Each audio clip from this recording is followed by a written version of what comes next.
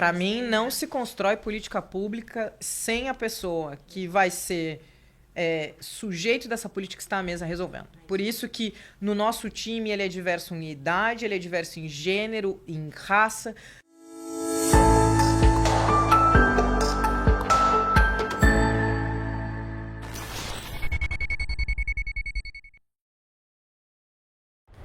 Olá pessoal, eu sou a Patrícia Knebel e esse é mais um episódio do podcast Better Future, uma iniciativa do Jornal do Comércio. A minha convidada de hoje é Lisiane Lemos, secretária extraordinária de Inclusão Digital e Apoio às Políticas Públicas de Equidade no Rio Grande do Sul. O nome do cargo é grande e o desafio também, né, Lisi? Bem-vinda. Muito obrigada, Patrícia, Better Future, audiência. Eu sempre falo que o nome da secretaria é de acordo com a responsabilidade e o tanto de projeto que a gente toca. E aí o desafio é conseguir decorar e falar de uma vez só. Eu costumo. É isso aí, maravilha. Bom, super prazer te ter aqui. A gente já estava querendo agendar esse encontro há um tempo, conseguimos conciliar as agendas agora. E Lisi, tu tens um histórico profissional muito interessante, né? A tua trajetória ela foi muito no mundo corporativo, nas Big Techs, então tu passaste pelo Microsoft, Google, foi Forbes Under 30 como uma das jovens mais brilhantes aí do país, o que muito nos orgulha aqui, inclusive. Como é que foi essa decisão de sair do mundo corporativo, de sair de multinacionais, de grandes empresas e abraçar esse desafio aí no poder público? A decisão é uma insanidade, Patrícia. Pois é, quero te ouvir. Não, a galera sempre pergunta, assim, eu falo que quando eu esclareço para as pessoas que eu realmente larguei o Google dia 11 de janeiro, e hoje estava há pouco discutindo com a equipe o dia da minha posse para dia 23 já entrar no governo, acho que ela conecta muito com essa trajetória de alguns títulos e reconhecimentos que você falou. Acho que o primeiro é que eu sempre falei que representatividade importa. E se eu sempre defendi nos projetos que eu trabalhava antes que a gente precisava de mulheres, de pessoas negras, de pessoas com deficiência, de idosos em espaços de poder, para que as novas gerações pudessem se inspirar, poucas vezes na vida a gente vai ter a chance de fazer isso. Acho que o segundo é sobre uma ótica de impacto. Nenhuma grande empresa hoje, talvez muito poucas, vão dar a chance de eu impactar 11 milhões de pessoas de uma vez só, em 497 municípios, no estado mais longevo do país e depois do maior desastre climático de todos os tempos. Isso não estava na primeira versão do roteiro, mas veio também. E acho que sob uma ótica de carreira, porque eu falo, eu não vou ser... Também não vou mentir para vocês que eu não pensei a longo prazo que vai ser muito difícil você conhecer alguém que trabalhou em duas das empresas mais inovadoras do mundo e foi secretário de Estado com menos de 35 anos. Então, o que me levou a tomar essa decisão também, um ponto importante da minha carreira é que eu tenho que trabalhar para alguém que eu admiro. E eu admiro muito o governador Eduardo Leite por ter uma escutativa, por ser um ótimo chefe, por ter construído junto com o Gabriel uma ótima dupla. Então, é uma soma de fatores, né? E hoje, acho que cada dia, cada projeto que a gente entrega, cada vida que a gente impacta, cada cidadão que a gente transforma é o que me faz levantar da cama, mesmo que alguns dias seja muito desafiador sair de métodos muito ágeis em grandes empresas no eixo Rio-São Paulo e voltar para o Rio Grande do Sul com todas as particularidades que o estado tem, a gente sabe. Isso é interessante, porque imagino que deva ter pesado para ti justamente essa questão da agilidade, né? Ou seja, o tempo de implantação das ideias, o tempo de implantação dos projetos. Esse era um fator, assim, que te assustava antes de tu assumir? E como que tu tem sentido isso nesse momento? Eu acho que não me assustava. Eu vivi em Moçambique um tempo. E quando eu fui morar lá, eu cometi o equívoco de ir com um plano pronto. Eu fui com as minhas planilhas, com o jeito que eu pensava no Brasil, e eu fui para implantar sem escutar as pessoas. Aqui eu já fiz exatamente o movimento contrário. Eu não fui com expectativa, porque eu não vou transformar o governo do estado no Google, assim como eu não queria transformar o próprio Google quando eu fui lá para dentro. Então eu disse, nos primeiros 30 dias, Patrícia, eu só ouvi. Eu conversei com todos os secretários, eu conversei com os servidores, eu li todo o plano de governo, eu li todo o plano de transição, eu sei mais, acho que das secretarias do que alguns secretários, talvez. E eu fiz o mesmo movimento com o meu time. Vão lá, escutem primeiro, desmistifiquem, tirem o medo que as pessoas têm, que vai vir do setor privado, vai mandar todo mundo embora, vai trazer um monte de sistema. Cara, a gente não veio fazer isso. A gente veio desenvolver um caminho novo para fazer.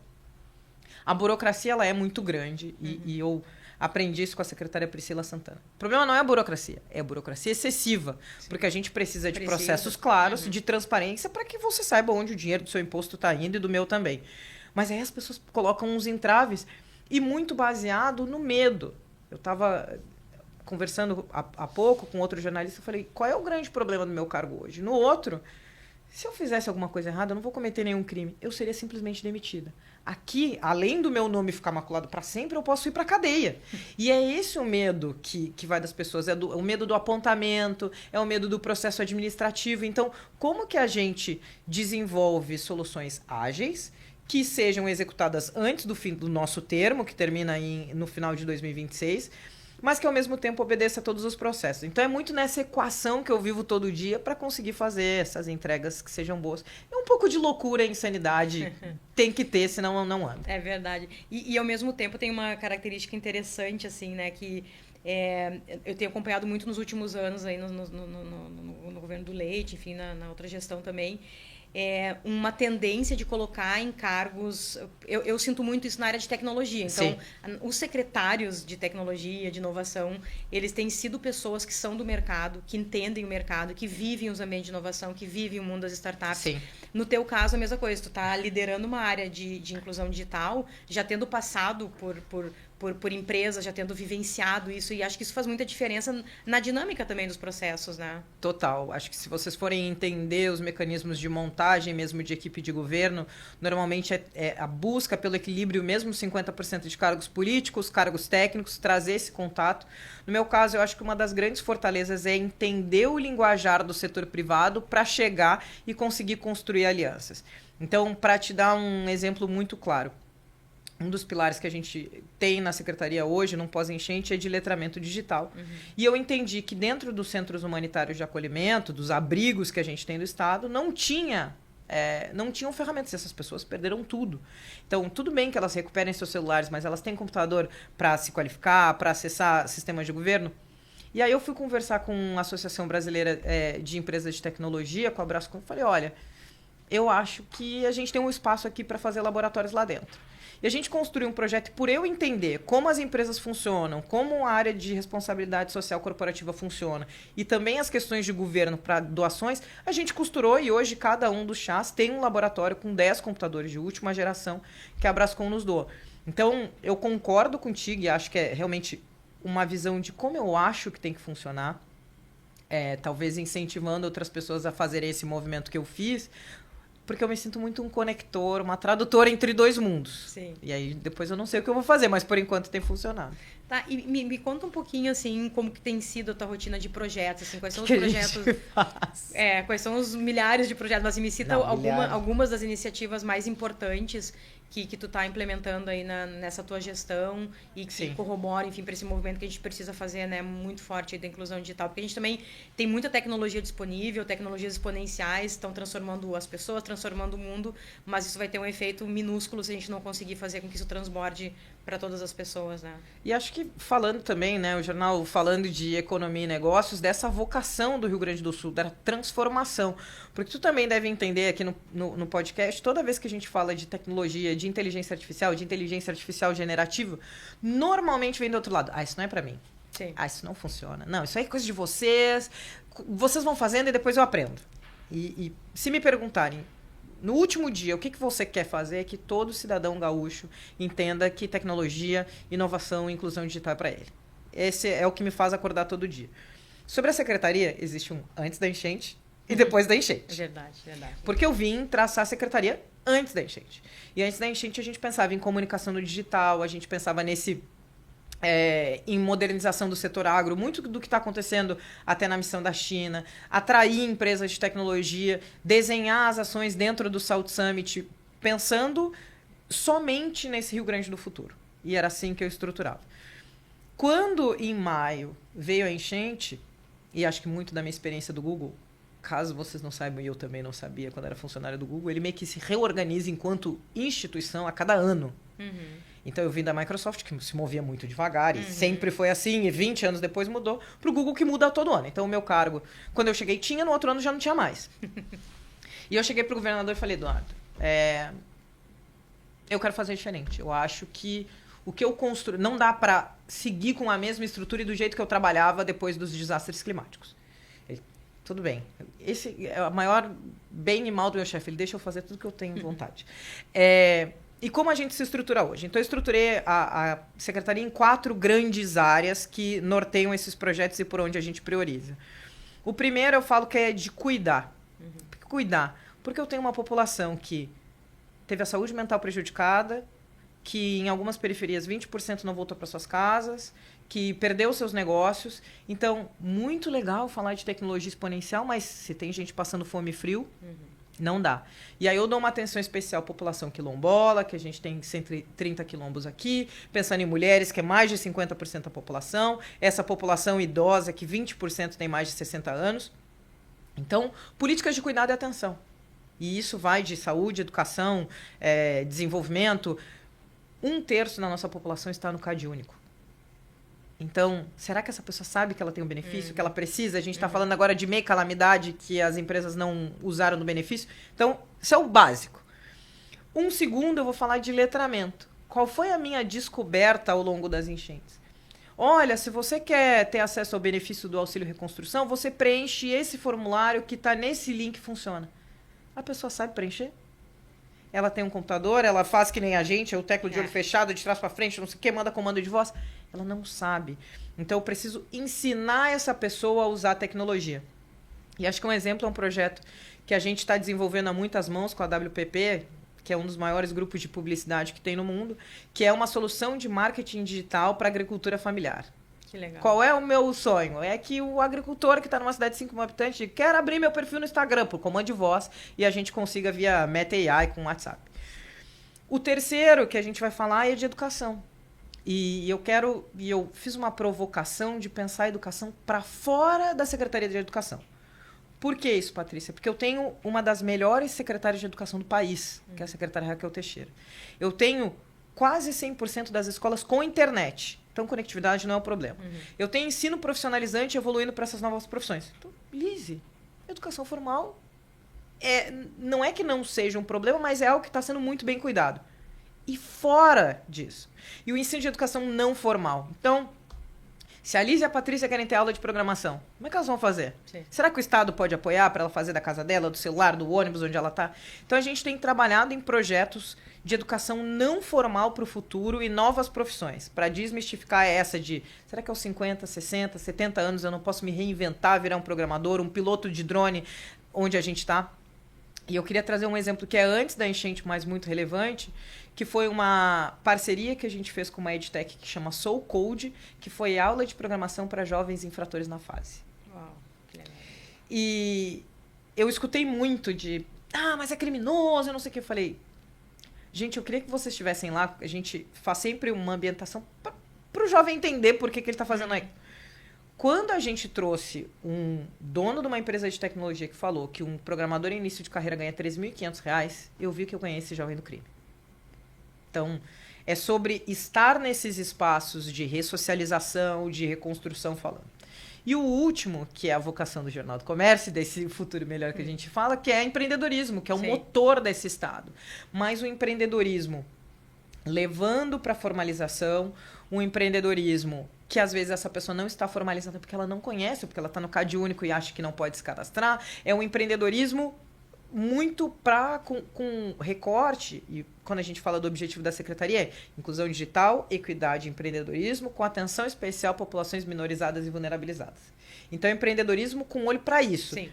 E o nosso carro-chefe é o Comitê Avança Mulher Empreendedora, que a gente criou co-lidera com a Junta Comercial e coordena mais de 30 instituições, e que realizou, acho que como grande ação desse ano, para além do lançamento, um mutirão na Arena do Grêmio, com mais de 20 serviços gratuitos para mais de 2.000 pessoas, porque a gente entende que não é só ajudar a empreendedora, mas a empreendedora mulher, ela é líder de casa, então ela tem filho, ela tem os seus mais velhos, os seus avós, ela tem os vizinhos, e essas pessoas precisam de documentação, precisam de crédito, precisam de acesso à saúde, então utilizar tudo isso. Aí você fala, Lise, mas você faz um sem fim de projetos? Não, porque a gente tem uma estrutura enxuta e é muito nessa priorização e cocriação com outras secretarias que têm estruturas bem maiores do que a minha. Qual que é o maior desafio? Eu estava te ouvindo falar aqui, pensando, né? Qual é o maior desafio de incluir digitalmente essas pessoas? Porque bem como tu falaste, é muito fácil a gente pensar com o nosso olhar e dizer, acessa o link, é tão simples, clica ali. Não é simples, né? Eu, por exemplo, a minha avó tem 95 anos, né? E ela tem o iPad dela lá e ela usa... Essa semana mesmo ela publicou uma foto do meu afilhado sem querer no status do WhatsApp dela. Como ela fez, não sei. Mas assim, eu sei que não foi intencional. E aí é muito difícil tu ensinar. Assim, Claro. eu paro, eu fico tentando mostrar. Eu sei que eu tô mostrando aquilo pra ela. A senhora vê isso. E às vezes tu não tem essa didática. E mesmo tendo, eu ensino, 10 minutos depois ela esqueceu. E é isso, é o ritmo dela. E nessa idade não adianta a gente querer, inclusive, nada mais. Mas de um jovem, sim. Né? De um jovem, tu consegue entender que tu tem que ensinar e que ele vai aprender aquilo e ele vai... Mas assim, como é que começa esse processo? Porque eu fico imaginando, é um desafio gigante. Tu tem que aculturar, tu tem que primeiro explicar. E eu acredito que tenha que usar também elementos locais, talvez entidades locais que estejam mais perto deles para fazer acontecer, né? Essa equação super complexa, e eu tenho algumas amigas que falam, parece que a vida te preparou para isso, né? Porque eu sempre lidei com times muito grandes, de muitas entidades, seja no voluntariado, coordenando para que eles chegassem no objetivo comum. E é mais ou menos o que a gente faz hoje. Então, por exemplo, nós estamos envolvidos num projeto que chama Territórios Inovadores, que tem aqui em Porto Alegre como Pacto Alegre, mas a gente vai ajudar a interiorizar.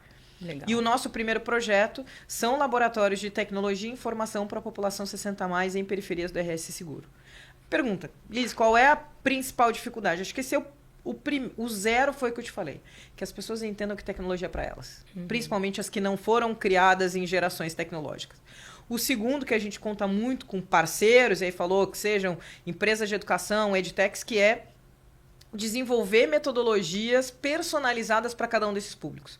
O jeito que nós duas, que somos moderníssimas, aprendemos é um jeito... Cara, eu não tenho tua paciência. Comigo tem que ser 3 pontos e acabou. Eu tenho pessoas que eu tenho contato do mundo acadêmico que é muito mais complexo e com uma linguagem diferente. Falou da população idosa, às vezes é na repetição. E eu tenho uma pessoa no meu time que, inclusive, dava aula de tecnologia para idosos. E tenho idosos no meu time, porque para construção... Eles têm que estar inseridos para que a gente consiga entender exatamente o que é a necessidade que eles têm, Para mim, não se constrói política pública sem a pessoa que vai ser sujeito dessa política que está à mesa resolvendo. Por isso que no nosso time ele é diverso em idade, ele é diverso em gênero, em raça. E a pessoa que constrói essas políticas públicas para idosos é um idoso. E ele fala, tá, isso aqui eu acho que não vai funcionar. E até foi na Expo Longevidade, que é o maior evento que a gente tem no Brasil para isso, para ver o que a gente pode aprender e fazer. E acho que um ponto muito importante que eu aprendi pela vocação do Rio Grande do Sul é que aqui a maior parte das soluções de tecnologia são online. Clica no link e vai na aula. Sim. Não funciona. Não funciona. Já tentei, já fiz várias vezes, existem outras soluções e plataformas. Na enchente a gente ganhou muita coisa. Tem que ser presencial, tem que ter laboratório, tem que ter tutoria. E é nessa conjuntura com esses parceiros que a gente desenvolve onde as pessoas estão, do jeito que elas aprendem. Eu falei, se eu tiver que ensinar tecnologia no jornal, e acho que a gente ensina, se eu tiver que ensinar tecnologia no rádio, eu vou fazer. Então, o meu aprendizado como pessoa e como profissional são novas formas de ensinar tecnologia para as pessoas. Muito legal, incrível. Agora, eu não vou conseguir avançar sem te perguntar uma coisa que está na minha cabeça desde que tu falou no início. Que medo! Que é sobre a tua experiência em Moçambique. Eu não sabia. Me conta aí o que te levou até lá e como que foi essa experiência. Insanidade jovem. Eu sempre quis morar no continente africano. A gente estava falando sobre herança, tivemos agora toda a questão de celebração da imigração alemã e italiana. E para nós, pessoas negras aqui nesse estado, a nossa história não vai muito longe. A minha vai no máximo até os meus bisavós. E desde criança eu quis ir para o continente africano e descobrir quem eu sou. Quando eu me formei, eu me apliquei para uma vaga para trabalhar numa organização do terceiro setor e fui morar em Moçambique. Moçambique é um país pequeno, que fica no sul africano, do outro lado, lá pro lado do Pacífico. Ganhou sua independência em 75, foi em guerra civil até 2000 e pouco, então tem uma trajetória de democracia muito recente. E ainda resquícios de uma colonização. Eu falo que Moçambique me transformou de várias formas. Primeiro, sobre o aprendizado de tecnologia e meio de pagamento, que eles estavam muito à frente do Brasil em 2013 do que a gente. Depois, como ativista de gênero. Eu acho que foi lá que eu vi que essas pautas de mulheres em posições de liderança ia ser uma pauta para mim. Voltei para lá para trabalhar com com conectividade, com uso de tecnologia sem conectividade. E acho que uma curiosidade sobre o continente africano, o meu sonho sempre foi morar em Angola. Mas a organização que eu trabalhava não tinha escritório lá. Uhum. E em 2019 eu fiz um teste de DNA. Caso a audiência não saiba, se você não sabe de onde você veio, tem um teste, vários testes no Brasil, não vou fazer jabá porque não é o lugar, que você pega uma amostra de saliva e ele diz, tantos por cento do seu DNA vem de tal lugar, de tal, de tal, de tal. E o que eu descobri em 2019 que 58% do meu DNA é do norte de Angola e dentro do Brasil, grande parte dele vem do interior de Minas. E aí, retornei, fui a Angola viajar, ainda não decidi o que vou fazer com tudo que eu aprendi lá, mas descobrir de onde eu vim, acho que isso te empodera, mas ao mesmo tempo, no meu caso, fica pensando assim, a disparidade social e tecnológica hoje, em 2024, é muito grande. E aí fica pensando, e se eu não tivesse, se os meus ancestrais não tivessem atravessado o mar? O que seria de mim se a gente não tivesse as guerras e todos os conflitos que tiveram depois? Mas eu acho que toda pessoa tem que pisar em solo africano uma vez na vida. É realmente transformador. Imagino mesmo. E essa tua experiência em Moçambique, então, foi no início... 2013, antes de ir para a Microsoft. Jovenzinha desempregada, recém-formada, trabalhando em ONG. Nem imaginava o que a vida ia me tornar hoje. Que legal. E aí tu falaste essa questão do ativismo, né? Tu é uma pessoa que sempre marcou uma posição, né? Muito corajosa, inclusive, porque tem que, né? Exige coragem realmente e intencional, olhando muito para essas questões do combate ao racismo, ao sexismo. Tu acha que ali foi a fagulha que te fez perceber que tu deveria assumir uma posição e te impor em relação a isso? E como que tu percebe essa evolução que a gente vem tendo aí, ou não, né, nos últimos tempos? Porque parece que a gente avança e retrocede, né? Passos lentos e firmes, já diria meu pai. Eu acredito que não, Patrícia. Eu acho que o meu... não um ativismo, mas o meu inconformismo com situações injustas vem de casa, vem de berço, né? As minhas avós, as matriarcas da minha família, eu perdi meu avô paterno muito cedo, mas a minha avó materna sempre foi muito presente, a primeira universitária, pedagoga, professora de periferia, nome de rua de periferia lá em Pelotas, alfabetizadora. Essas mulheres e mesmo os homens, em virtude do trabalho, que me mostraram dá para fazer diferente. Eu não posso me conformar com a situação, não só a minha, mas dos meus semelhantes. Acho que elas sempre me trouxeram isso, minha avó acolhendo os outros parentes que vinham do campo, que vinham de fora, e a minha outra através da educação fazendo. Então, esse posicionamento, eu acho que ele vai amadurecendo ao longo dos anos, e quanto mais eu vou subindo, mais dura ele vai ficando, mais corajosa eu vou ficando. Mas ele vem de casa, vem da minha mãe, vem das minhas avós, das minhas tias, que são super envolvidas com a causa da mulher, com a causa das pessoas negras e com a causa da educação. Acho que esse é o grande marco. E dentro das empresas, acho que um primeiro momento foi de entender o que você pode fazer. Porque, às vezes, você trabalha no setor privado, você não pode fazer tudo o que você quer, nem se posicionar desse jeito. E indo desenvolvendo estratégias de conquistar aliados. Eu acho que é sempre sobre isso, não é sobre homens contra mulheres. E falar de interseccionalidade, Patrícia. Porque quando eu sento numa mesa, eu não sou só uma pessoa negra. Eu sou uma mulher jovem e negra que veio do Rio Grande do Sul. Isso é muito importante porque no processo de trainee que eu entrei na Microsoft, tinham 2 pessoas de fora do eixo Rio-São Paulo. Eu e outro rapaz. Sim. E então, manifestar esse sotaque diferente, que meu sotaque voltou todo, ser torcedora do Brasil de Pelotas, que é algo muito importante sobre mim. Eu sou chavante. Nem Inter, nem Grêmio. Eu sou chavante. Isso nos faz diversos. E aí, sobre o ativismo, volta sempre ao ponto da representatividade. Quando eu acho que eu subo nesses espaços de poder, outras pessoas se inspiram a fazer isso. Quando eu tenho a oportunidade de trazer debates corajosos, nem sempre eu ganho. Às vezes eu perco, já perdi algumas vezes. Mas eu tenho a sorte de ter bons aliados, que desde isso, mulheres e homens, que me ajudaram, me apoiaram, me deram suporte. E seja me indicando para posições, hoje eu não seria secretária se não fosse um homem branco ter me indicado. Então, como que eu posso ser contra essas pessoas na minha luta? Eu falo sobre uma distribuição proporcional e justa das cadeiras à medida que o mercado cresce. Eu não quero tirar o lugar de ninguém, Mas se a gente vai aumentar, o chefe Juan Andrés, que é da World Kitchen, ele fala, é sobre aumentar o tamanho da mesa. É isso aí. Não sobre é tirar as tirar. pessoas da mesa Exato. e aí eu vou tomar um lugar e vou fazer meu próprio reino. Cara, isso não faz sentido. É pra todo mundo. Mas sabe que é interessante, assim, que eu te perguntei isso e falei sobre a questão da coragem, da intencionalidade, porque assim, tu não faz ideia da quantidade de mulheres que eu converso, que são mulheres extremamente bem-sucedidas, que têm vontade de abraçar esse tema, se posicionar sobre esse tema, e tem receio de... É quase como se você falar sobre isso te enfraquecesse. Então, assim, por exemplo, tu é uma investidora. Na mesa, o mercado de investimento, ele é clássico, assim como de tecnologia. É homem, branco, região sudeste ali. Mas realmente, eu acho que realmente o setor de finanças ele é muito mais cruel nisso.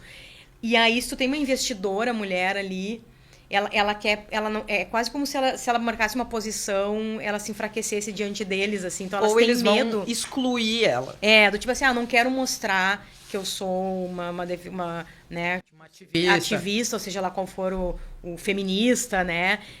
Quais forem os termos ali, porque eu tenho que mostrar que eu tô, né? Não tô no nível deles ali e tal.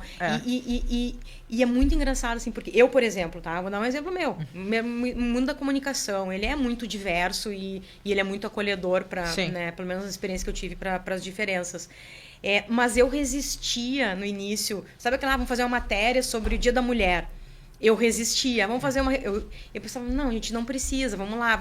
E aí, quando eu comecei a me envolver em grupos de mulheres na TI, e eu percebi o poder que tinha eu falar sobre isso e como eu mexia com as pessoas, eu via no meu inbox as mensagens que eu recebia. E aí eu lembro que eu li um estudo de Harvard dizendo, não, a gente tem que ser intencional e tem que falar para que outras mulheres se vejam ali. Exatamente. E aí eu comecei a fazer isso e se tornou muito natural. Mas tem muita mulher que resiste ainda, né? E eu entendo. Eu falo também que não pode ser chato e eu tenho que obrigar. Porque tu teve que percorrer toda a tua trajetória para entender o tempo das coisas. Então, assim como eu aprendi em Moçambique, eu respeito muito o tempo das pessoas e o tempo das coisas. Eu sempre falo que estrategicamente nessas mesas, às vezes é bom saber falar e saber calar. E às vezes a gente tem que engolir alguma coisinha para poder, eu falo, para subir mais e conseguir abrir outras portas. Eu escutei isso da Natália Cabral, que foi uma das primeiras mulheres negras a trabalhar na Meta no Brasil. Eu escutei da irmã dela que trabalhou comigo que falou assim, às vezes quando você quebra o teto de vidro, você se machuca com os estilhaços. Então, ser a primeira, ser a mulher, se posicionar, às vezes você se machuca. Eu sou sempre a favor de uma política de autocuidado. Mas, ao mesmo tempo, eu escolhi, e por isso que eu falo eu escolhi, que eu falo, eu prefiro que seja eu a meter o pé na porta, porque eu sei que eu vou segurar e outras vão passar. Sim. Mas, de novo, essas mulheres têm vários jeitos de você ajudar. Às vezes, tem uma amiga minha que é conselheira de grandes empresas, a única mulher, eu falei... Ela disse, eu não quero... Eu não consigo, eu acho que não tem espaço, que eu tenho que conquistar. Eu falei, amiga, só de você estar sentada nessa cadeira pra gente é bom demais. Fica tranquilo, respeita teu tempo. Então, eu sempre falo, depende. Não pode ser com pressão. Senão a gente tá reproduzindo um modelo que fica de lá de fora. Isso aí, respeita, vai estudando. Mas eu não posso deixar de dizer para essas mulheres que ainda não se encorajaram o poder de fortalecimento que esses grupos de mulheres, de pessoas com deficiência, de pessoas negras, de minorias têm. Foram eles que me trouxeram até essa cadeira, foram eles que me proporcionaram espaços seguros dentro das empresas e que a gente tenta fazer também, de certa forma, no governo, dando espaço seguro para mulheres que são vítimas de violência, para pessoas periféricas, porque eu sei que falar com alguém que sente a mesma dor vai te empoderar a ir mais longe. Então, sempre na busca do equilíbrio, mas se eu posso dar um conselho, vai lá no grupo dar uma olhada, que é muito legal. Muito bacana. Eu tive 2 momentos em que eu fiquei muito mexida com essas temáticas todas. Uma delas foi quando eu escrevi o livro lá com o pessoal da Totworks, né, que é uma empresa que é gigante a referência que eles são, né, da forma como eles tratam esse assunto. E o outro foi quando eu li um livro, não sei se tu já tivesse a oportunidade de ler, que o nome é Inclusifique, da Stephanie Johnson, que é uma pesquisadora. Quem me indicou foi a Andresa Rocha, até da Freiatec, que agora, aliás, está num projeto super bacana com a Nath. Minha parceira de crime. Ela é incrível, né? E que é o conceito da inclusificação. Então, qual que é a lógica de tu inclusificar, de ser um líder capaz de inclusificar? É tu conseguir olhar para o teu time e celebrar, reconhecer, perceber as diferenças, né? O como cada um cada uma dessas pessoas é única, né? Na sua diversidade, na sua forma de pensar, e seja lá como for. E, ao mesmo tempo, tu conseguir fazer com que elas se sintam que pertencem àquele ambiente, porque são dois caminhos diferentes, né? Total. É mais ou menos assim, não adianta tu incluir as pessoas se não preparar o ambiente para que isso aconteça de fato. E nisso a gente tem que avançar muito ainda, né? Muito, eu acho que é um caminho, Patrícia. A gente, né, falando, vou fazer um mix do que tu falou com um conceito, né? Eu gosto muito daquele da Verna Myers, o clássico que era Chief Diversity do Netflix. Inclusão, diversidade é chamar pro baile, inclusão é chamar pra dançar. É isso aí. E aí a gente vai na equidade em políticas, por isso, né? Ajudar as pessoas na medida das suas desigualdades e no pertencimento de eu sentir que eu tenho voz para falar junto contigo. Então, fazer esses espaços, e quando eu estava mencionando, tem um ponto que pouca gente fala, é muito difícil liderar um time diverso. Eu não posso mentir para essa liderança. Por isso que às vezes as pessoas ficam confortáveis. Porque liderar os seus iguais, eu sei como tu pensa, eu penso e, pô, vambora. Mas até você ajustar e equilibrar pessoas que nasceram em tempos diferentes, foram criadas de jeitos diferentes, têm rendas diferentes, lideram de jeito diferente, é muito difícil. Mas o resultado, eu acho que ele é tão engrandecedor e ele tem que perpetuar tudo que a gente fala e diz. Por isso, quando eu fui construir a equipe da secretaria, eu falei, ela vai ser um retrato das coisas que eu acredito. Nessa diversidade de pensamento, de criação, pessoas que vieram do meio militar, pessoas que vieram do terceiro setor, pessoas que vieram do setor privado, pessoas que vieram do governo. É um caos, comigo liderando no meio do caminho. Mas é o que nos faz diferente, é o que nos faz ir para frente, né? E fato importante que tu trouxe é essa parte de ler e se preparar para liderar esses times. Porque realmente tem horas que fica assim... Vou te dizer, tem horas que eu falo, não, gente, eu vou largar tudo, vou virar contribuidor individual, vou vender, fazer dinheiro, que era muito mais fácil vender software do que fazer esse negócio. Sim. Mas não se compara ao impacto que a gente tem na vida das pessoas. É verdade. E aí eu me lembrei agora daquela questão que tu falaste de trazer as pessoas da terceira idade, por exemplo, para conseguir identificar quais são as carências, necessidades de pessoas, né, carências digitais. Para mim é uma paixão, né? E se a gente for pensar, por exemplo, tem vários estudos que mostram que um investidor homem branco, por exemplo, a tendência do ser humano é ele investir em empresas representadas por homens brancos. Então, assim, o quanto é importante tu compor times diversos para que tu realmente consiga exponencializar isso, né? Essa diversidade, não ficar algo hermético ali, né? Muito.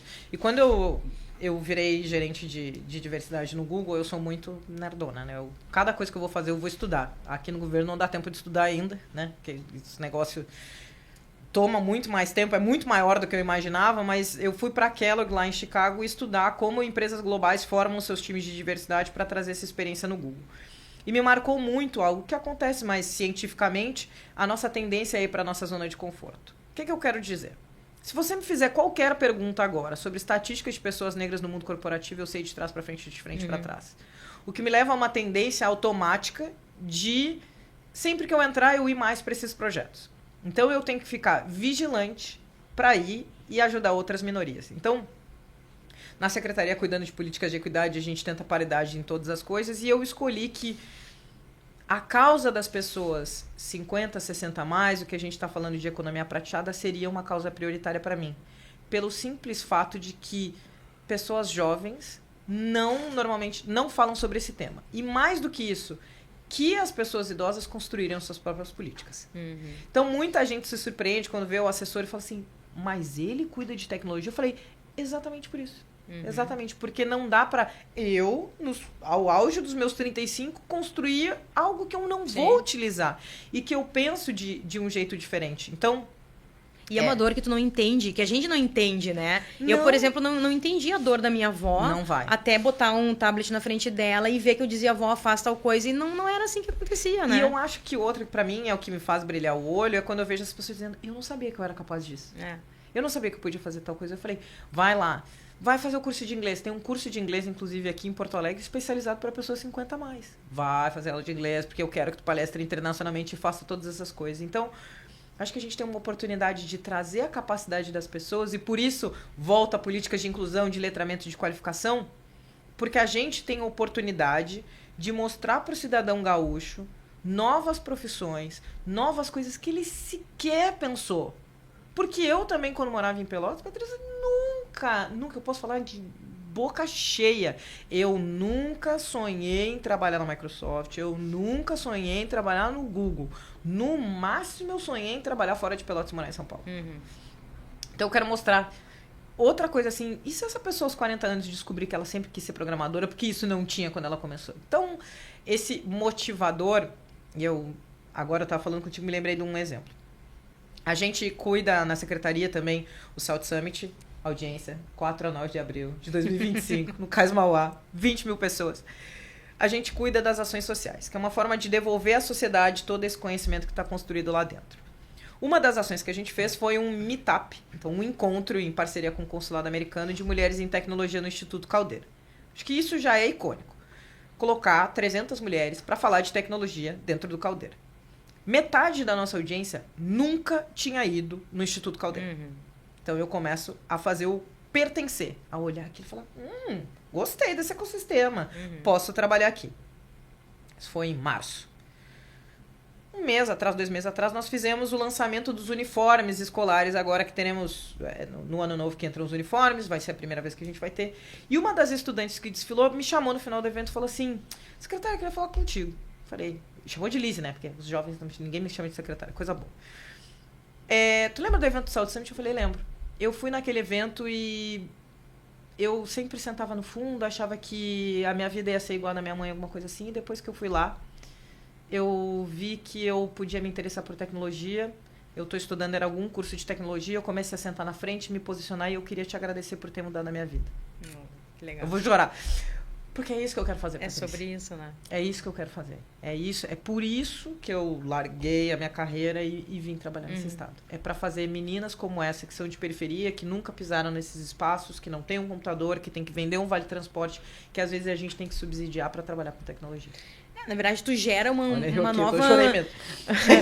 Não, mas é emocionante mesmo, porque é uma amplitude de vida que isso acaba gerando para essas pessoas. Da menina, exatamente. Cara. Coisas que ela jamais imaginaria, assim como tu jamais imaginou que trabalharia num Google da vida, Não. né? Então, é muito legal isso. E a gente tá falando muito assim sobre essa questão da inclusão, mas... tem também a questão da inclusão em cargos de liderança, em cargos de poder. Por isso que é tão importante pessoas como tu estarem nesse cargo, e assim como tantas outras mulheres, né?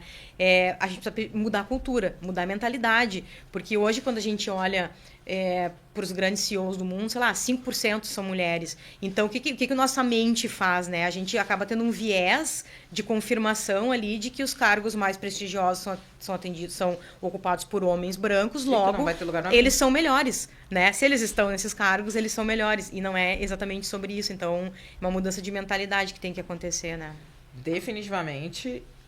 Quando eu cheguei no setor público, é muito mais desafiador, né? Porque no setor privado, tu consegue desenvolver mecanismos de curto prazo, fazer ajuste, porque a entrada, que seja injusta ou justa, ela é uma entrada diferente. Aqui é uma entrada por concurso, é um servidor, um cargo de confiança. Quando a gente pensa em minoria, mais de 50% dos cargos são ocupados por mulheres, a gente tem uma paridade subindo até o topo, mas existem programas que podem acelerar essa mudança. Então, existe hoje, por exemplo, tá em vigência ainda o Líder RS, que é o programa de formação de novas lideranças que tem dentro do governo. Existem programas com que a gente é parceiro, que chama Ubuntu, do Motriz, que forma líderes negros no país, tem mais de 130 espalhados. Então, existem organizações do setor privado e do setor público e do terceiro setor que estão acelerando essas pessoas. Mas desde a entrada, a gente tem que desmistificar. Claro que liderança não é para todo mundo. Isso, depois que a gente entende, fica muito tranquilo. Às vezes não é. Não, e as novas gerações, por exemplo, nem querem, né? Porque elas olham para os modelos antigos e elas dizem, pelo amor de Deus, não quero fazer parte disso. Tem que reinventar. Né? E às vezes não, você só não gosta. Né? Eu acho que liderança é uma coisa construída e que tem que ser intencional.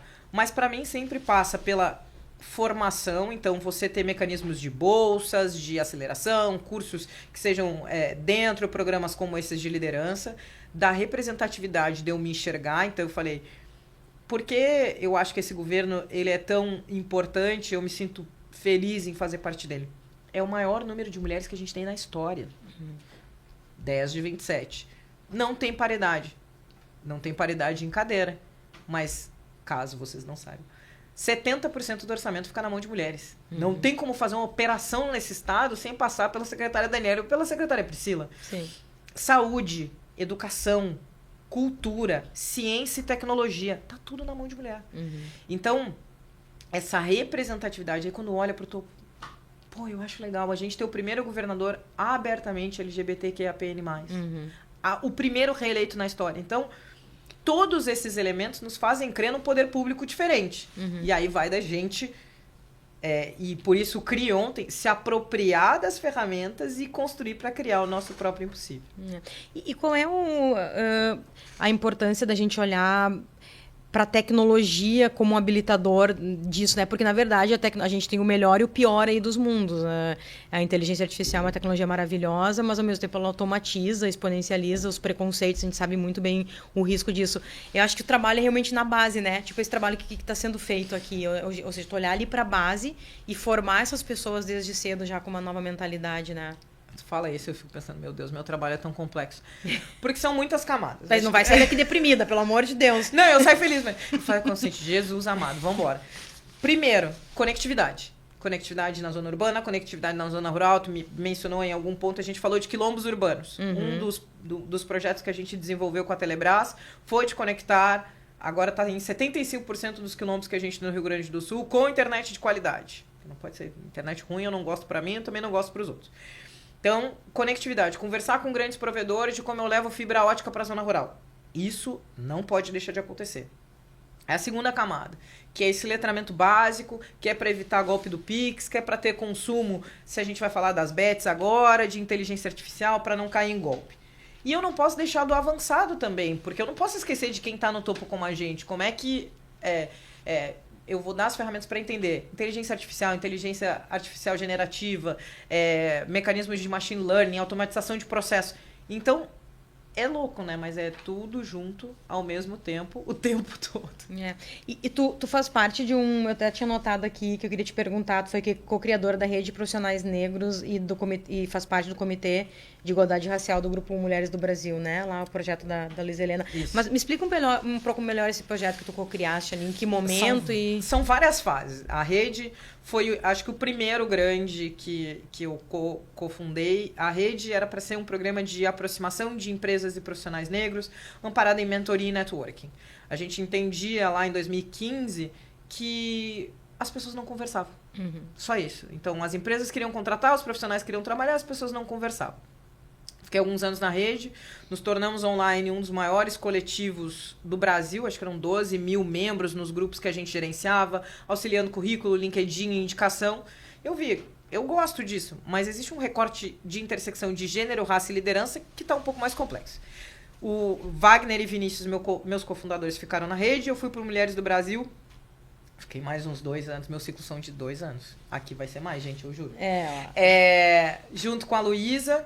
Em início de caminho de liderança, eu quero marcar a Aceleradora de Carreiras, que é um projeto que tem até hoje, que é dar as ferramentas para mulheres negras que estão no seu primeiro cargo de liderança ou estão a ponto de ir, para que elas consigam subir nessa carreira. E vão de coisas simples. Os autossabotadores, comportamento, vestimenta, apresentação, a questão financeira, que é muito importante para a minoria, porque a gente alimenta a família inteira, e eu estou falando minoria, se você é pobre, negro, não é, você acaba fazendo tudo isso. Fiquei um tempo com a Luísa, que coincidiu quando eu entrei para o Google. Eu meio que larguei tudo e falei, gente, vou me dedicar, porque isso aqui é muito mais complexo do que eu imagino. E na pandemia veio para mim, acho que o grande chamado de pensar mulheres negras e indígenas em conselhos de administração, que hoje eu sou presidente do conselho do Instituto, que se tornou Instituto Conselheira 101, que é uma iniciativa pioneira para acelerar mulheres negras e indígenas nos conselhos, que é onde hoje, de pessoas pretas, a gente tem 1% nas maiores empresas. E são encontros semanais, são vários programas nacionais, programas internacionais, com mulheres que têm mais de 15 anos de carreira, que já chegaram nessa alta liderança e estão nessa intersecção de ir para os conselhos, que são onde as decisões são tomadas, né? Tem alguns lugares, assim, onde a gente entende que se a gente conseguir ampliar essa diversidade, a gente vai ter mudanças realmente definitivas, né? Pensa, um conselheiro está ajudando a definir os rumos de grandes empresas. Total. Eu me lembro que a Tânia Cosentino... ela chefe. exatamente, presidente da Microsoft, uma vez ela comentou comigo, ela falou assim, Patrícia... Agora o jogo vai mudar porque os investidores estão começando a ter que olhar para empresas, só vou aportar recurso na tua empresa se tu tiver X% do teu board de mulheres ou tiver uma política de diversidade. E dos teus fornecedores, e eles começam a fazer vários VCs, inclusive eu tive agora em Portugal, a gente foi levar estudantes da rede pública, mas também aproveitei para fazer reuniões com possíveis fundos que possam vir nos apoiar no South Summit, e um deles era um fundo liderado por 2 africanos que foram head de tecnologia em grandes empresas, abriram seu próprio fundo e escolheram, olha, eu só invisto em startups fundadas por populações minorizadas. E aí, né, quanto maior a interseccionalidade, maior meu cheque. Uhum. Então, a conversa está mudando.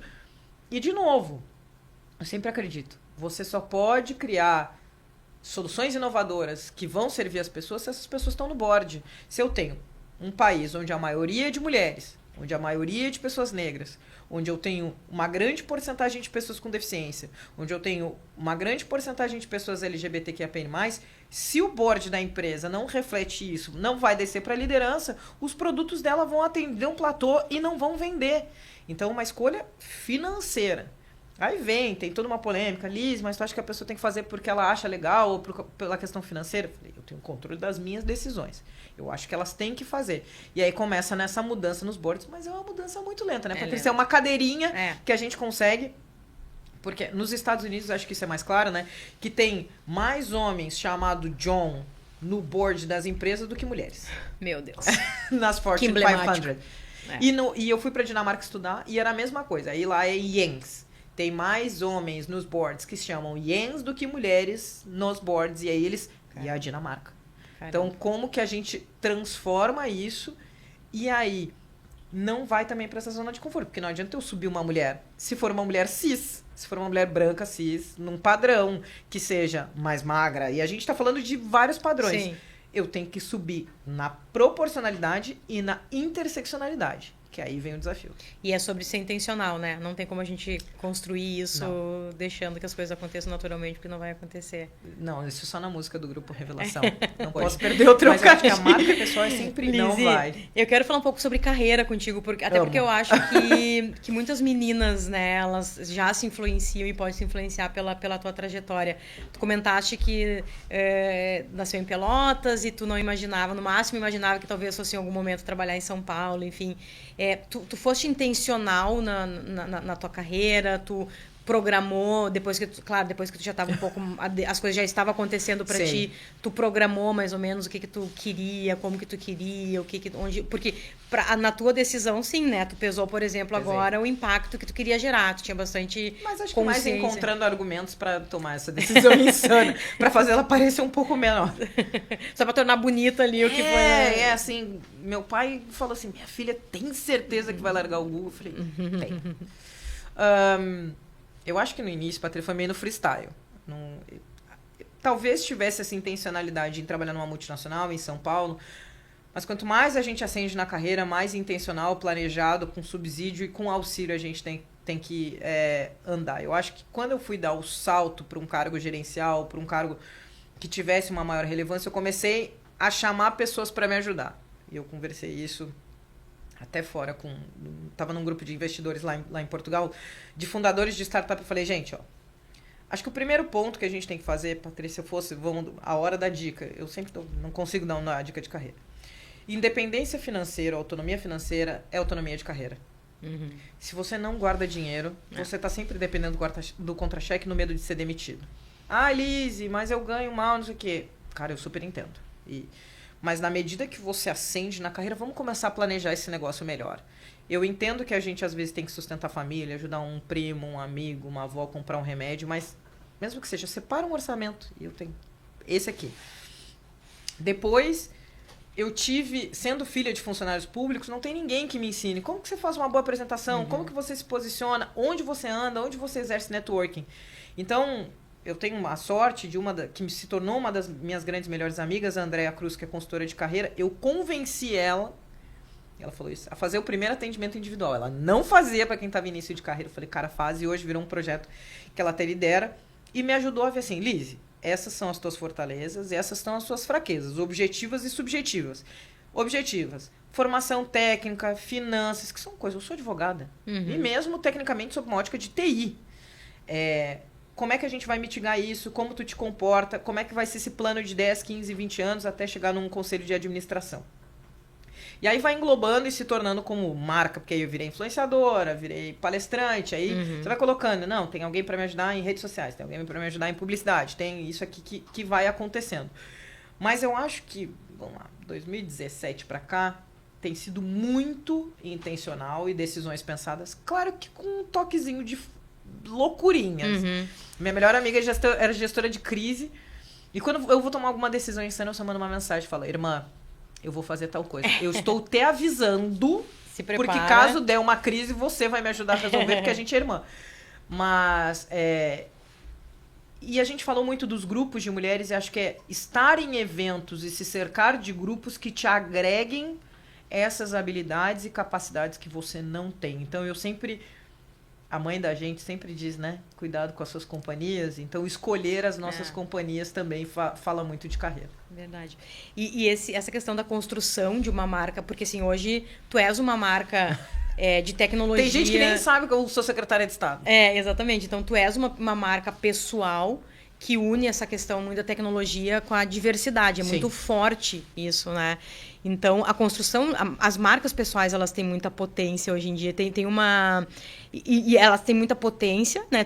Elas abrem muitas possibilidades, principalmente na medida em que tu descobre as tuas habilidades, tuas fortalezas. Sim. Mas elas também trazem um risco inerente ali. Tem uma passagem do livro do Nassim Taleb, lá do Arriscando a Própria Pele, que ele diz as marcas pessoais, elas passam uma mensagem muito potente, que eu tenho muito a perder. Eu tenho muito a perder, na medida que a gente está ali nas redes sociais se expondo, colocando opinião, então tem muito a perder. Esse processo ele tem que ser um processo realmente dessa construção, um processo muito racional, intencional e consciente, né? E volto ao ponto que eu falei de diversidade. Não é para todo mundo. Eu não acho que todo mundo tem que ser influenciador. As pessoas, às vezes, elas não têm ciência das renúncias que envolvem, e tu entende muito bem, de ser uma pessoa pública. Eu não posso fazer o que todo mundo faz, eu não posso ir no lugar que todo mundo vai. Aí é o mesmo que a mãe da gente diz, você não é todo mundo. Eu não faço essa escolha, eu tenho que tomar muito cuidado com o que eu falo, com quem eu ando. E agora muito mais no ambiente político, com quem que eu tiro foto, com quem que eu converso no WhatsApp. Às vezes eu tenho que mandar um áudio pensando, meu Deus, se esse áudio vazar, o que vai ser da minha vida, dessas grandes escolhas? E às vezes nas grandes organizações não pode ter uma competição entre a marca da empresa e a marca pessoal. Sim. Então eu sempre falo... quando eu converso com algum mentorado, eu falo alguma coisa, quem é que paga o teu salário? É muito importante ver de onde é a renda. Então, em primeiro lugar isso, e depois a tua marca.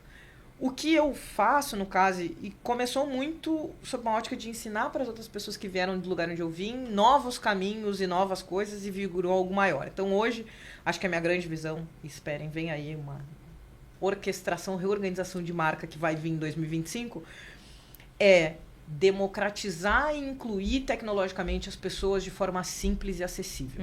É isso que eu quero, levar a tecnologia para todo mundo, onde as pessoas estão.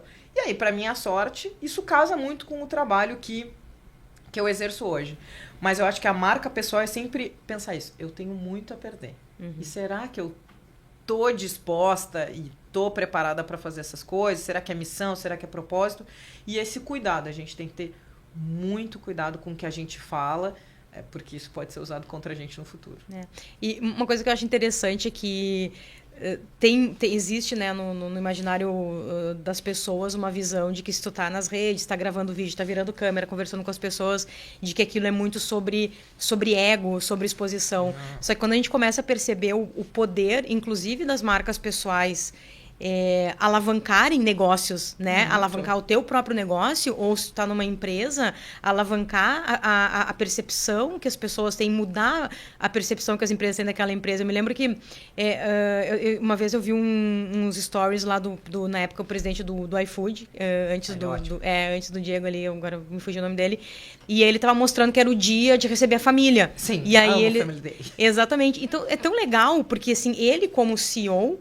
Ele trouxe para as pessoas que vão ali no aplicativo e pedem, simplesmente vão lá e pedem comida, um pouco dos valores da cultura do iFood, né? Tu consegue entender que eles têm um dia que os funcionários, que todo mundo leva a família, que as pessoas confraternizam. Sim. Então, é cada vez mais o papel também dos líderes, dos gestores, mostrarem os valores da empresa, pelo menos uma pitadinha a partir dessa presença nas redes, né? Os valores, eu acho que o funcionário é o maior embaixador da empresa, seja para atração de talentos ou para falar que é um lugar legal ou não. E Patrícia, acho que um ponto importante nessas redes é a humanização do líder. Exatamente. Depois nós vamos falar sobre a parte ruim, eu vou falar sobre a parte boa. O que eu vejo muito quando as pessoas interagem comigo é essa coisa assim... Nossa, mas é tão... Ela é assim mesmo. Eu falei, gente, mas eu quero que o povo se enxergue no lugar da secretária. Esses dias eu tava no avião, aí eu tava sentada, eu olhei uma menina me olhando, eu falei, tá, ela me conhece. Aí quando eu fui no banheiro, ela, Lisiane Lemos, eu falei, sim, ela, eu não achei que tu ia estar num lugar tão ruim quanto o meu. Aí eu falei, caraca, porque é normal, porque é isso, eu quero que o povo veja que eu tô treinando, que eu não quero acordar cedo, que eu não quero fazer um monte de coisa, que eu canso de viajar, que a minha família é importante pra mim, que essa humanização e essa aproximação que acontece até com o governador e com o vice-governador. Eu ri muito vendo o Gabriel Souza tomando whey na Índia, porque eu tava me divertindo horrores, porque as pessoas querem isso. Qual é a parte ruim que a gente sempre tem que falar? As pessoas se sentem muito à vontade de comentar em qualquer coisa na tua vida. Elas se sentem abertas assim... Nossa, engordou, né? Não tá comendo demais, né? Não tá trabalhando, não tá viajando. E aí vai desse cuidado. Eu fui para Portugal agora e uma conhecida acabou de me dizer, mas você não mostrou nada da viagem? Eu falei, porque eu tô trabalhando, porque eu tô a serviço das pessoas. Então, esse cuidado da rede social, mas, de novo, eu queria que as pessoas entendessem o quanto pessoas se tornam embaixadores da marca e se tornam muito maior, o que é uma oportunidade e é um risco, e por isso eu falo, tem que tomar o cuidado. Falo muito para os meus seguidores, você sempre será um representante da empresa no horário que você tiver. Se você fizer alguma coisa... Vai ser a Patrícia, porque tem uma marca pessoal, mas vai ser a Patrícia do Jornal do Comércio. Claro. E eu vou ser a Lisiane, secretária de Estado. Então, se eu fizer alguma coisa, vai bater no meu chefe. Por isso que a gente tem que tomar cuidado, rede aberta ou fechada, não importa em como a gente se posiciona. É isso.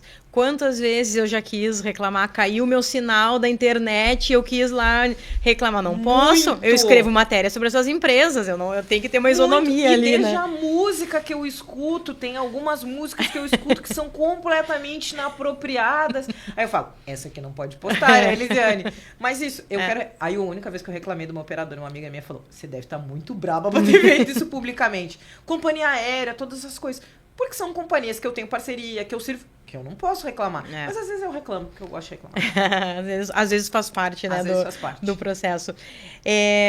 Deixa eu te perguntar uma coisa aqui. Eu tava lendo alguns conteúdos teus antes, preparando aqui o roteiro, e aí teve uma frase que tu falaste assim, ó, se a vaga da sua vida acontecer do dia pra noite, o seu currículo tem que estar pronto. Eu adoro falar isso, mas o meu não tá. Pois o que eu queria entender a tua lição aqui é muito clara.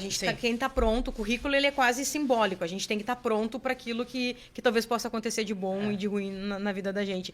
Mas já teve situações assim em que estar com o currículo ou o currículo pronto te viabilizou coisas legais ou te impediu de uma vaga, enfim? Essa frase nasceu porque ela é a raiz de eu ter saído na revista Forbes. Uhum. Eu estava atendendo um cliente em Alphaville, me lembro até hoje, a Gol era meu cliente, no estacionamento, e a minha mentora, a Andréa Chama, me ligou e disse, Liz, o que tu tá fazendo? Eu falei, tô no cliente. Ela, lembra do café que a gente tomou, que você me falou, que só nas revistas sai esportista, sai músico, sai não sei o quê? Eu falei, lembro. Ela é ótima e ela é muito dura. Quando ela bate mesmo. Eu pensei no que você falou e eu quero te indicar pra sair na lista da Forbes. Eu falei, legal. E ela, me manda teu currículo agora. E naquele momento eu tinha meu currículo pronto. Ufa. Porque eu tinha feito consultoria de carreira e já estava meio que preparada para outras coisas, mas não para isso. História que se segue, eu indiquei o meu, indiquei o nome de outras pessoas que não necessariamente saíram, mas eu comecei a repetir isso porque às vezes, Patrícia, a gente está sempre preparado para o pior. E aí outra história engraçada, meu mentor, que foi o cara que me contratou na Microsoft, é um cara muito engraçado e que me deixa também à vontade de ser leve e também gostar de ser engraçado. E o Rodney, ele me ligou um dia e falou assim, sobe aqui na minha sala. Ele era vice-presidente de serviço no Brasil, depois virou vice-presidente na gestão da Paula Belize. E ele falou... E aí ele subi na sala e já pensei, meu Deus do céu, esse homem vai me mandar embora, vou ser demitida, não tenho dinheiro nenhum, não tinha nada, não sei o quê. E era a minha carta de promoção. E ele falou, eu te chamei porque eu sei que você ia ficar apavorada, panicando, e eu queria rir. E ele é assim. A gente tá sempre preparado se alguém te ligar e disser... Olha, se o governador me ligar agora e disser, Lisiane, deu ruim, infelizmente, vamos ter que fazer. É claro que agora com a autonomia financeira eu fico... deu ruim, eu vou chorar um monte, porque eu choro em posição fetal, vou ficar chateada, mas no outro dia... Eu já tenho até meu plano de fuga, tá? Se eu for demitida, pra quem que eu vou ligar? Pro fulano, isso me dá um pouco mais de calma. Sim. Mas a gente nunca tá preparado pro melhor. Pô, eu tô torcendo, eu quero ser promovido, meu sonho é conversar com fulano de tal, que é presidente do iFood. E se isso acontecer daqui? Se eu sair aqui e encontrar ele no elevador? Eu tô preparada para entregar assim, oi, eu sou Lisiane, não sei o quê, trabalho com isso, tecnologia, as coisas que eu quero fazer. Então, acho que a transformação do sonho da gente num plano efetivo. Então, e as coisas que constituem esse plano. Você quer trabalhar numa multinacional? Todo mundo, Lise, meu sonho é trabalhar no Google, na Microsoft. Primeira pergunta que eu faço, como está o seu inglês?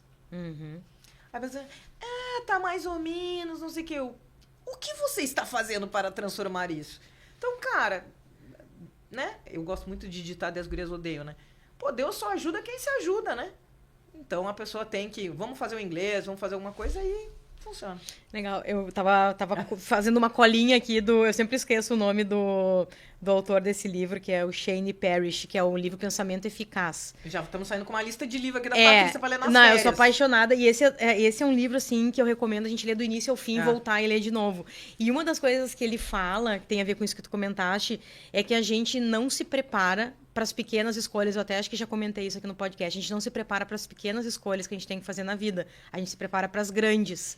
Né? Então, assim, decidir se tu vai continuar no Google ou se tu vai assumir um cargo público é uma grande escolha, né? Agora, decidir se tu vai, nesse momento, atualizar teu currículo ou não é uma pequena escolha que pode fazer a diferença, né? Muito. Então... Ou é isso. Por exemplo, a gente tá... Agora já fica a dica para as mulheres que estão nos assistindo. Eu sou embaixadora. Eu sou uma defensora do South Summit sempre, né? Mas eu sou embaixadora de Mulheres em Tech do Web Summit. A gente está com ingressos na rua... Até o final de dezembro, Women in Tech. São 2 ingressos pelo preço de menos de R$200. Isso é uma pequena escolha. É isso aí. Pô, você tem até abril para se preparar, ir pro Rio de Janeiro, conhecer um monte de gente, fazer... Não vai transformar a tua vida, mas dá tempo. E aí aparece a oportunidade. Ou isso eu quero, ou algum palestrante. Outra dica, vai num evento, o cara tem teu sonho, vai com a tua perguntinha escrita, surpreende o palestrante, te coloca, te posiciona. E acho que são essas... A construção da minha carreira e desse impacto, ela não foi feita dessas grandes escolhas. Ela foi feita das pequenas. Quero morar em São Paulo? Tudo bem, vou fazer um monte de processo de trainee. Qual é a grande escolha? Vou para a segunda fase da Votorantim em Cimentos ou vou fazer a entrevista da Microsoft? Isso é uma grande escolha. Mas acho que ser assertivo e seguir esse norte... de sempre, eu quero isso, então é nesse caminho que eu vou e nada vai me atrapalhar dos lados. É sobre a gente ter, e tu já comentaste isso aqui também hoje, de diversas possibilidades, né? Então, se tu tá preparado, se tu tá bem posicionado, eu amo o exemplo do jogo Tetris. Se tu tá mal posicionado, tu fica por uma única jogada. Se tu não acertar aquela jogada, ferrou, acabou o jogo pra ti. Se tu tá bem posicionado, se tu tá preparado, tu tem várias jogadas, tu pode escolher pra que lado tu quer ir, qual é a jogada que quer fazer, né? Um plano A, um plano B, um plano C. Claro que isso é um pouco um resultado da minha ansiedade, mas me deixa muito mais segura. Claro. É isso. Tá, o que eu vou fazer se tudo der errado? Ou se tudo der certo? Mas estar posicionado, e a gente falou isso. Eu pergunto para as pessoas, como que você quer ser conhecido? Quais são as palavras-chave? Estava ajudando uma amiga a construir uma fala, eu falei, se as pessoas forem embora de lá, quais são as 3 coisas que elas têm que lembrar? Nós vamos decidir junto. Então, são essas palavras que você vai repetir 5 vezes ao longo do teu discurso, ao ponto das pessoas dizerem, meu Deus, que chato. Mas elas vão lembrar. É isso. Então, acho que esse do ler... E agora, olhando esse livro, lembrei, a minha paixão pela leitura, ela veio de muito cedo, e eu não tinha grana para comprar livro, então eu ia no sebo, comprava um, trocava o outro, botava um dinheiro em cima e comprava o outro. Dá pra fazer isso. Claro então, que dá. o tempo que a gente fica maratonando série no Netflix, e eu amo, inclusive, comédia romântica, mas balanceia, Sim. te autoqualifica, te diferencia. Pega o Duolingo, vai estudar o inglês. Vambora, gente. Porque acho que do nosso lado, enquanto governo, eu tô ali dia e noite construindo política pública para que as pessoas evoluam. Mas e se eu te ligar? Vai me ajudar a subir? Acho que é essa união desses fatores. Lizzy, o papo tá incrível. Ótimo, a gente vai né? ter que encerrar, mas eu vou te fazer uma pergunta final que a gente sempre faz aí, conectando Jesus. justamente com o Better Future, né? O que é, na tua visão, um mundo melhor? Como tem que ser esse mundo? Como que tu imagina? Como tu gostaria que fosse? Eu falo como eu estou construindo esse mundo. Boa. É um mundo com tecnologia, com inovação e inclusão para todas as pessoas, onde elas estão, do jeito que elas aprendem e quando elas querem. Maravilhoso. Muito obrigada pela tua participação, adorei, foi muito bom. Pessoal, todos que nos acompanharam, obrigada pela atenção, curtam, compartilhem e até o próximo episódio.